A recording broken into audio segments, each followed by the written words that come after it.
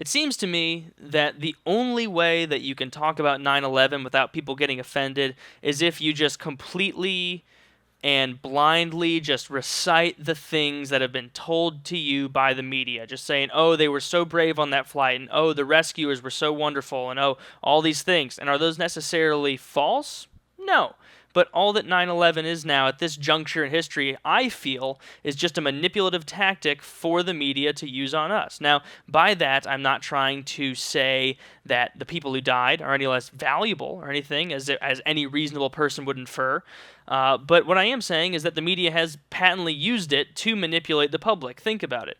Every single year, without fail, since 9/11, they spend days before and after 9/11 talking about it, even if it's not the whole time. They'll spend time talking about it, showing the pictures, showing the videos, showing the gore, showing all the travesty and everything. And they just drill it into your head. They drill it into your head like it's a friggin' brainwashing camp. And it's just, it's silly to me. It's silly to me because it's gotten to the point now that they treat 9/11 like they treated Michael Jackson's death. It's just another way for them to be like, oh, hell yeah, 9/11 week, woohoo, 2011 9/11, 2012 9/11. This is great. Don't have to do any work for the next 5 days. I'll just rerun these stories that I did 4 years ago and just continue to delude Americans into thinking that this 9/11 attack was somehow a huge threat to Americans, you know? And that's what I get a lot from other Americans. And I apologize to people who are not Americans, because this commentary will definitely not be as applicable to you.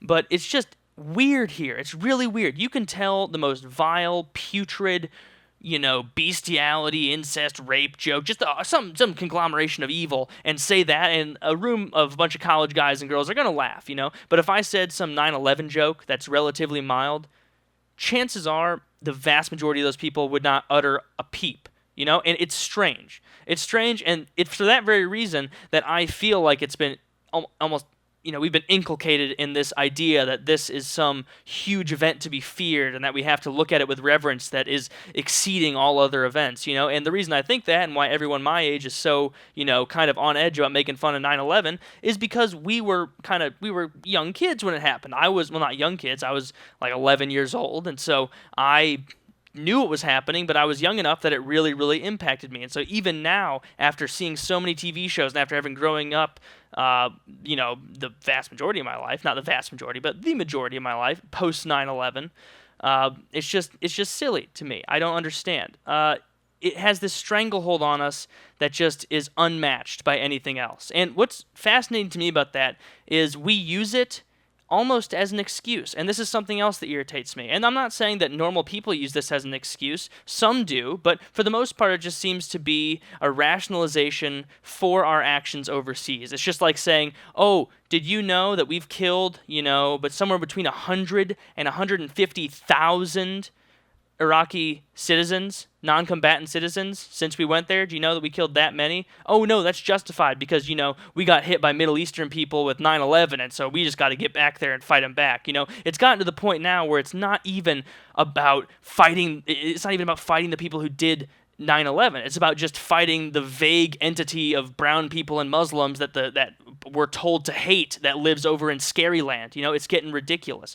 And the sad thing is this is exactly what the terrorists would want. What we've done post 9/11 is exactly what would have happened if the terrorists had won. They knew they were never going to take us down militaristically. That's foolhardy. They wanted to scare us, and they succeeded. And what the saddest part is about it? Is imagine one of those brave firefighters that saved someone out of 9/11. Do you think that he would really appreciate that his bravery be commemorated by the fact that you have to get your fucking asshole checked when you try to get on a plane to somewhere in your own country? What's that for freedom? What's that for, keeping us safe in our own...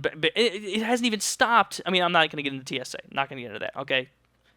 Good thing I stopped that quick. But the more important thing there that I wanted to touch on is think about the difference between 3,000 people dying here in the U.S. and 150,000 people dying in Iraq. Think about that. And I know you haven't thought about that because nobody has thought about that over here because nobody cares over here because 3,000 white American lives is worth more than 150,000 of those lives because they're far away and scary and they would probably had evil, in their heart anyway. And it's just sad. And even aside from that, it's even worse because we don't even pretend like this act was done by these crazy extremists. We say and we act like this is just standard Muslim run-of-the-mill procedure. Like, oh yes, this is just what they do. It's just this stupid bullshit about false information. And the worst part about it is while we hold, an entire subsection of the world accountable for the actions of a small contingent of extremists, and that is true. We are holding the Middle East accountable in a lot of ways based on the actions of a lot of extremists who attacked the United States in 2001. That's one in Spanish. You learned something new today. But think about this. We're labeling them forever as those terrorist, suicide, murderers. And meanwhile, look at the basis of our country. Look at we have the audacity to critique other nations.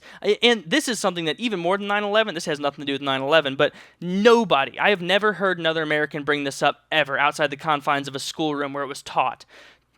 The American nation, before they could form into a nation, really obvious. Well, okay, I'm not going to give a history lesson. But the genocide of the Native Americans by Americans was 12 million people. 12 million.